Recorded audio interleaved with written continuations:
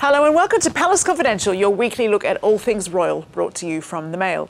So much to talk about, including tensions over the coronation and whether or not Charles has snubbed Harry, as well as some of your comments and questions. And here to talk through all of this is the Mail on Sunday's editor-at-large, Charlotte Griffiths, and of course, the Daily Mail's diary editor, Richard Eden. And we'll hear from a couple of friends of the show later on.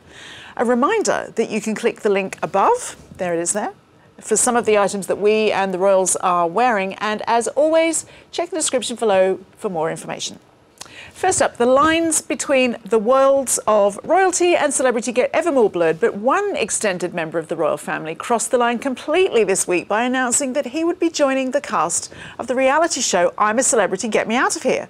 That's right, former England rugby player Mike Tindall, who is married to the King's niece, Zarah Philips, will head out next month to the Australian jungle to record the series. Richard, this is extraordinary. What was your initial response? I thought it was hilarious when I heard this. Well, it might well be. Yeah. My first thought was, will he end up competing with Harry and Meghan's reality show, you know, Keeping Up with the Sussexes, or I think as the docu-series, as they call it, you know, will we have them maybe Harry and Meghan should have a few snakes and spiders just chucked in. I think their production value might be a bit higher, but we'll see. I suspect this will be fun. I mean, from what I've heard, Tindall was encouraged by his mate James Haskell, another former England rugby player who went on I'm a Celebrity, and I think it went pretty well. So I think he's not too worried. He should be. They do some pretty unpleasant things on this show, eating these grubs and stuff. I could never. But also, there's a lot of time where you're just sitting around in that jungle chatting away. I imagine journalists like yourselves will be earwigging every single bit you can get your hands on. Definitely we will. Yeah. But he is very good at marking his words and choosing his words carefully. But maybe he's underestimated. It's literally 24/7 filming. He's really good when you see him on the news in the morning sometimes. You know, he's very well scripted, and he'll drop a little nugget of royal information, but never too much. And don't forget, he's actually really good friends with Prince William, so he really won't want to upset Prince William by revealing too much. However, I don't know, I couldn't be filmed 24/7 without putting my foot in it a few times. No. It's fascinating, isn't it, to think that... Do you think this would have happened if the Queen was still alive? It feels like something that she would have had a view on. I have to be honest, I don't think he would have done it if the Queen had still been alive. I really do. I'm sure he's been asked many times to be on this programme or other similar ones and would have said no. Because, you know, he does a regular podcast. It's about rugby, but we often have snippets about his personal life, and they always make interesting stories. We've discussed a few of them on this programme. So, as Charlotte says, when you're in there all the time and chatting away, there will be stories to come out of it. But he's pretty media savvy. I don't think he'll say anything that's too upsetting. He's married to somebody who isn't an HRH, and he's independently famous for being an England rugby player. Yeah. So I kind of don't blame him. I think he can go in there if he wants. If I was Zarah, I'd be a little bit nervous though, because they always have like these beautiful models or actresses on this programme. It's really intense. You're living with them for 2 weeks. I think, you know, they talk about the Strictly curse with Strictly Come Dancing contestants. But look, I'm sure he's a lovely guy, but he himself is no supermodel. So I think I'm not sure about that. No, but he's quite a charming guy. There's no Strictly curse with I'm a Celebrity. They look awful. They're rough, they're starving, they've got no makeup. I mean, the occasional bikini scene looks quite good. That's the other thing that fascinates me about this, is that, you know, even the most good-natured person can become a bit ratty-tempered in there. So that's because they're That's hungry. what I'm more worried about. Or he might have a really disgusting bathroom habit or something. Because, you know, they film them in going into the loo Well, our cubicles. viewers might have seen the royal biographer, Lady Colin Campbell, you know, and I'm a Celebrity, and that, you know, she certainly made quite an impression when she was in. What if he Watch picks this his nose? space. Do you think this is the start of a bit of a floodgate, Charlotte, that some royals will start to test the boundaries with, you know, a slimmed-down monarchy, King Charles too busy, you know, keeping his eye on everything? Not really. I think Harry and Meghan might have opened that door a little bit sooner than Mike Tindall with their, like, welcome to the inner workings of our lives. But I do think, actually, you're right, that it's unlikely he would have said yes while the Queen was alive. So there might be a little... I could see Zarah on Strictly, and she's not an HRH. They are going to have to think of a way to make money. So they're not bankrolled by Grandpa Charles? I don't think Zarah would be, no. Remember, we had sort of flirtation with light entertainment in the past when the royals appeared in the 80s. It's a royal knockout. And we had Andrew and Fergie and Prince Edward. And that went so well. It was seen as a bit of a disaster. The disaster was that was created by a royal who doesn't know anything about TV, so that's why it was so bad as well. Yeah, Edward Whereas was I'm a involved in Celebrity, it's a good concept and it works, you know. True. Well, let's hope it's a bit more dignified. Let's have a quick chat about Prince Harry, seeing as we do like to on this show. Another royal story this week, Richard, you saying that on the twisty road to his book publication, there's been another development. Well, this was really interesting. This was Geoffrey Archer, Lord Archer, best-selling novelist, very well connected in the publishing world, and he was saying that Harry is writing a new chapter completely. We've had all these stories about will the book be delayed, will there be changes? Well, from what he was saying, it will be dealt with by a new chapter. So that will be on the Queen's funeral and the events surrounding it. Oh. But it will give him Harry a chance to address, you know, those stories about him being offended by, you know, not being able to wear his uniform and then not having the ER letters on his, you know, his epaulets and that sort of thing. But that's a different story to the suggestion a couple of weeks ago that he wants to make major edits to the whole thing. Well, this could be a way of making sure all the tenses are correct. It's all referring to the Queen sort of in the past, and then having that new chapter.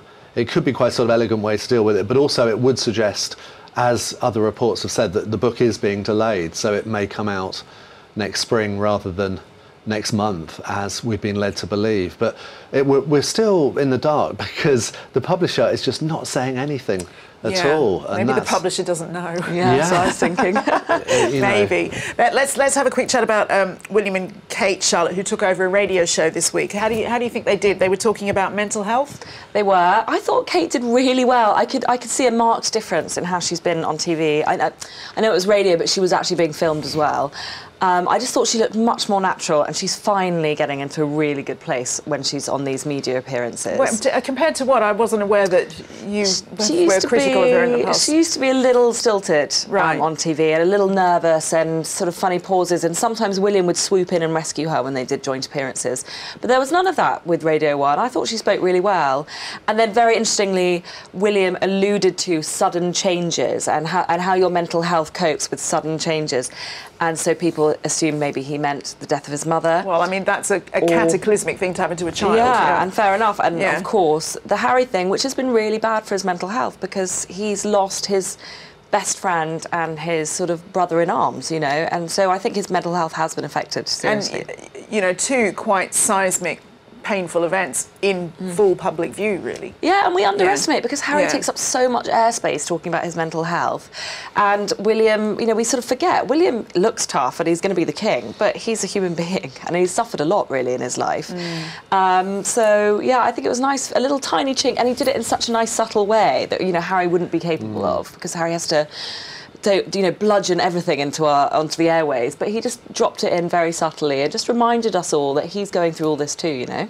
Let's have a look at some of your comments now. We love getting them, we really do. First up is one on our discussion about who will keep the family in line now that Charles is king. Patrick YK says, before the Queen passed away, she would be the peacemaker. Now, if they go too far, William definitely will cut them off, even if King Charles does not. Now a follow-up on something I think Rebecca was talking about last week with royal selfies. Office Yoga, I'm not sure that is their real name, but if it is, that's magnificent, says, I loved when King Charles made his first appearance after the Queen's death and his protection officer was pushing the phones away and said, enjoy the moment. That is actually really, yes, that's a good observation. And we don't like to blow around trumpet too much here, but we're so grateful for all your comments too. And here's one from S. Morgan, who wrote after last week's show, never disappoints, especially love this particular panel. Also love how you are making things more interactive, including audience questions. So definitely keep them coming. We will be, speaking of questions, we will be answering some later on. Keep those coming in and leave your questions or thoughts in the comments or write to us on social media at Mail Plus, or you can always email palace@mailplus.co.uk. Now, after much speculation, we have a date for the coronation. It will be on the 6th of May next year. The announcement has provoked a flurry of stories and intrigue, naturally, which we turn to now. The Daily Mail's royal editor looks at a couple of controversies that are in today's papers. So we have a front page exclusive in today's Daily Mail, which is that palace aides may have to actually axe their original plans to have Camilla, the Queen Consort, crowned with the Queen Mother's crown, which actually contains a very controversial diamond, the Koh-i-Noor. It was acquired by the British in the 19th century. I say acquired because the British say it was given to them as part of the Treaty of Lahore. The Indians say that it was actually forcibly taken from the 10-year-old heir to the Punjabi throne, whose mother was being imprisoned by the British at the time. So there has been a lot of debate about the provenance of this diamond. It's not actually only India that claims ownership of it. Other countries do. Afghanistan, Iran, even the Taliban have claimed ownership of it at one time or another.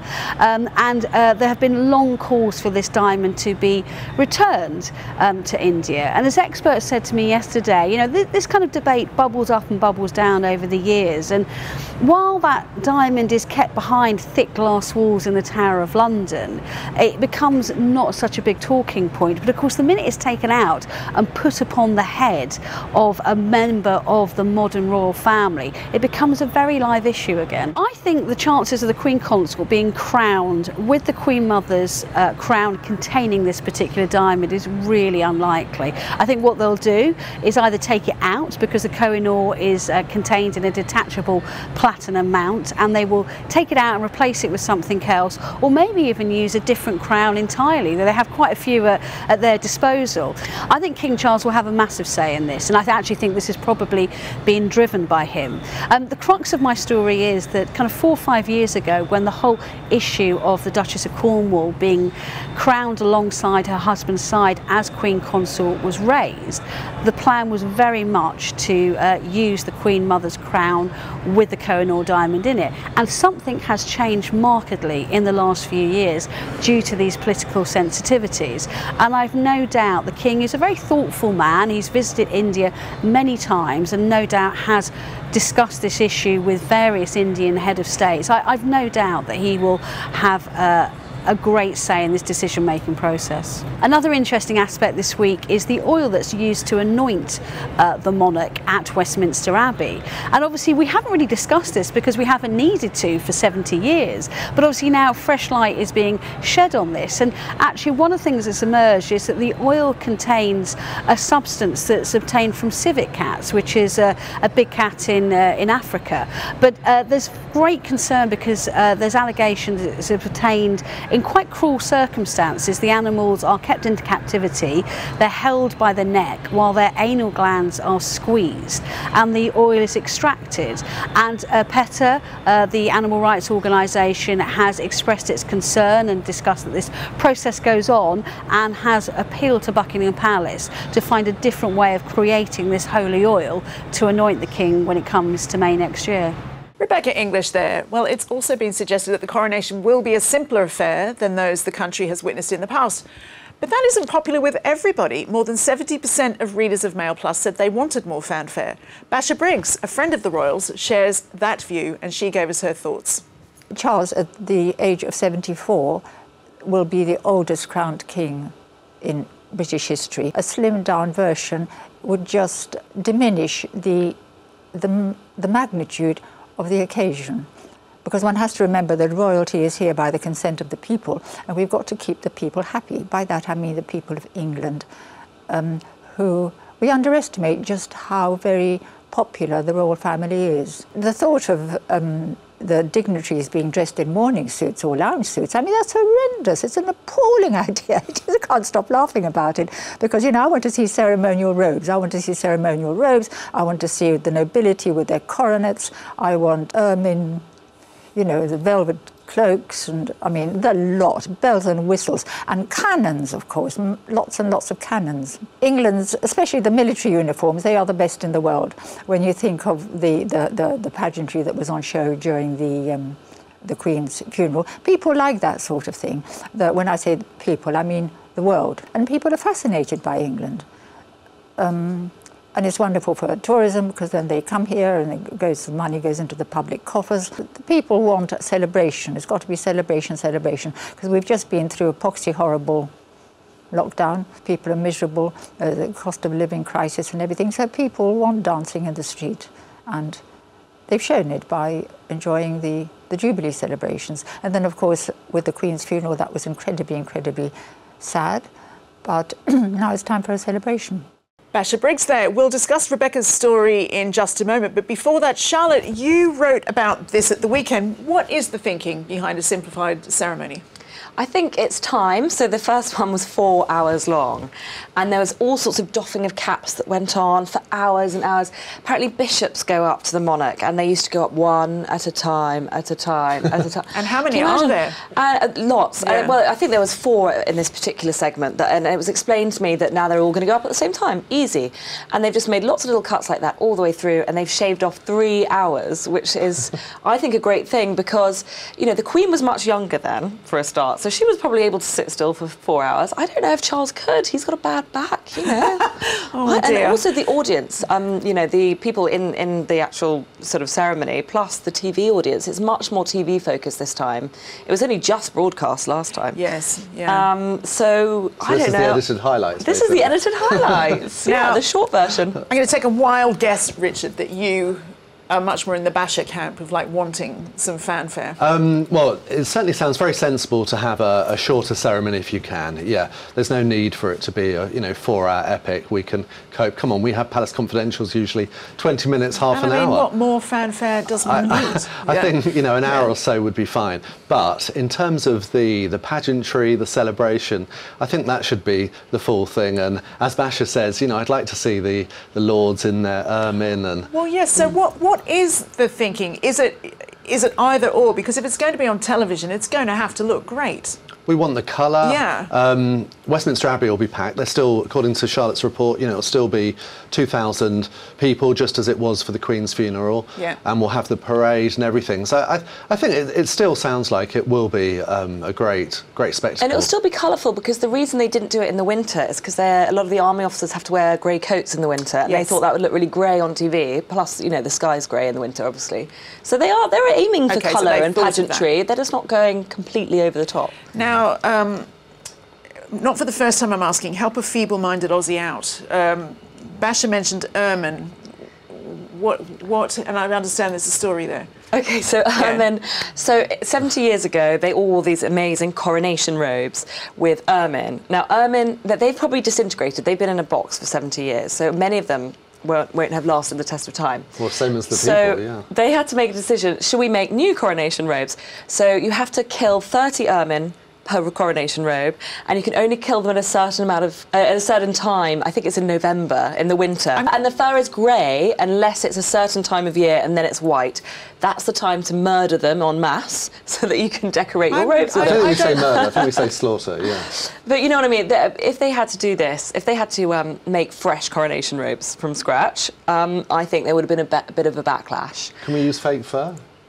They probably could have done. I wonder if they thought of that. From what I was hearing, surely fake fur was not eco-conscious brought up. Charles is not up for mass murder of. No, but exactly. So they're not making new coronation robes. They'll probably use some parliamentary robes in some cases, and in other cases, people will wear Primark, morning suits. There. Well, can't we launch a designer robe competition this time? It's not till May. We could have some, all the fashion designers around Britain launching some fancy robe competition. Oh God, that would be an absolute disaster. I think that's a great idea. Joseph in his Technicolor dream coat. Yeah, sounds good to me. Now, Richard, let's turn to Rebecca's piece now.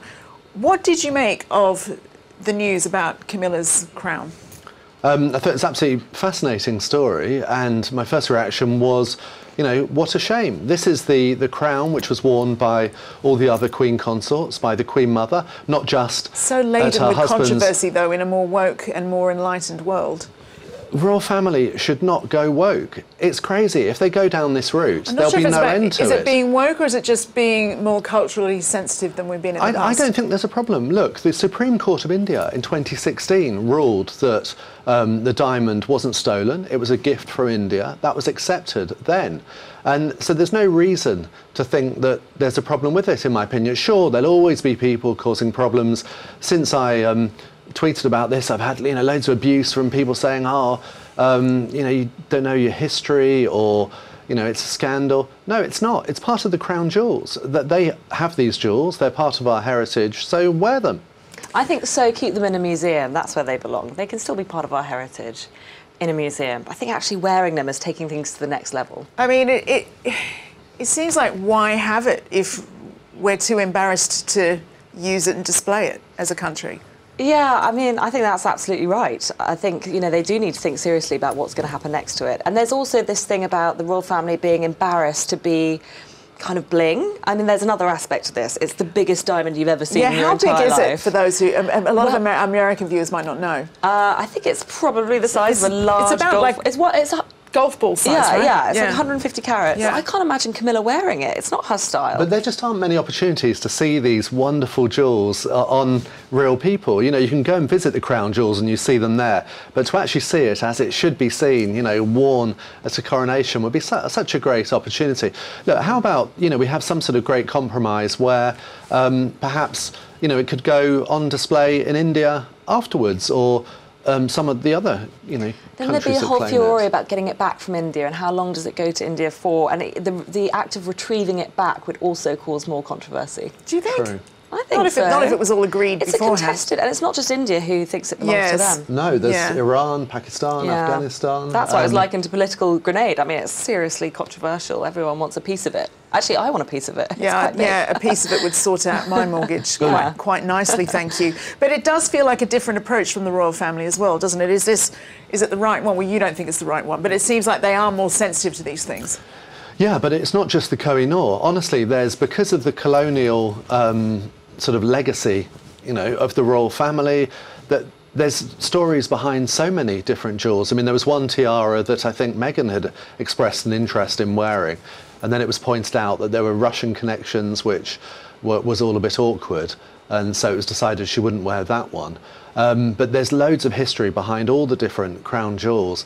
I think you just have to accept it's part of history. If we go down this route of saying, oh, we've got to keep up with the times, the royal family is anachronistic. That's kind of the whole point. That's part of its charm. Don't try and make it too modern. I think they're very confused as well. They're trying to dance this line between being, having a lot of pageantry, being bling, and then not, and being modern. It's a difficult line to tread. Well, I look forward to hearing your comments on that very soon. But let's turn to some of your questions now from previous episodes. Dawn Walker says, I love your show. Well, thank you, Dawn. I would like Richard to be my neighbour. This one's going to run and run. I like rule followers and I like straight talk. Well, that's our Dick. But Dawn's question is, do you think the Prince and Princess of Wales will move into Windsor? What do you think? Well, they've already moved into Adelaide Cottage, which is on the Windsor estate. And then there's the question of, will they move into the castle itself? We know that I think Harry and Meghan had their eye on moving into the castle. But did they now? They were ushered away to Frogmore Cottage. Yeah. But it really depends what King Charles wants to do himself, because traditionally the monarch would live at Windsor. It's a big castle and they use it for entertaining. So it would seem slightly odd for William and Catherine to live there. It would normally be the monarch, but we'll see. Maybe it would be a reflection of their high standing, the esteem in which Charles and Camilla hold them in. And close to Legoland for the kids. Sharon M writes with another question about royal moves. The question is, has the king moved into Buckingham Palace? And if so, what will happen to Clarence House? Charlotte, this is one that's quite fascinating, isn't it? Yeah, I think the question should be, no offence, Sharon, what will happen to Buckingham Palace? Because he's very fond of Clarence House and everyone in it, and not so attached to Buckingham Palace. So I think if there are any cuttings to be made from the staff, it's going to happen at Buckingham Palace. and he's not going to move in there anytime soon. I think he's just going to use it for state occasions, meeting dignitaries, and I think he'll hold on to Clarence House. I think that's his home. He's been there for a few years now. What will happen to Buckingham Palace? Will they just make it one of the biggest museums in the country? I mean, that's the theory. That is actually something they might do. I can't really imagine him living there. They call it, what do they call it, the room above the shop. I can't imagine him living there. He's just not that keen on the place. And as we know, he's making Balmoral into a sort of museum. So maybe he'll follow suit with Buckingham Palace. Well, I think as viewers of The Crown will know, I think the Queen and Prince Philip didn't want to live at Buckingham Palace either. You know, it's not very That's true. appealing. I'd forgotten about that. Yeah. The electrics are all going They had been wrong. at Clarence House themselves. Yeah, it's not actually that nice. But they were say. told. It was Churchill told them. You know, you've got to live there. That is the home of the royal family. So we'll see what happens. He's got some decisions to make. I think he's probably made quite a lot of the decisions. He's just got to bide his time to make the announcements. OK, well, Sol Lamano writes, love your show. Thank you so much. Would love to hear about Princess Anne's under-the-radar trip to New York. She had like 4 events in the one day before flying back commercial. Like, what a champ. I like that like in there. We asked Rebecca for her thoughts on this a little earlier. She is, and actually one of the criticisms often levelled at me and other royal correspondents is we don't write enough about Princess Anne. But what people forget is Princess Anne doesn't actually want us writing about her. So these trips are actually never announced in advance. We only ever find out about them when they happen. They are indeed very under the radar. And she was there as a guest of the English Speaking Union. She went to a gala dinner. She was also seen riding the Staten Island ferry in a very low-key way for a member of the royal family. And that is the way she likes it. She likes to go out there, do what she needs to do with minimum fuss. And I think that's all right when it's Princess Anne.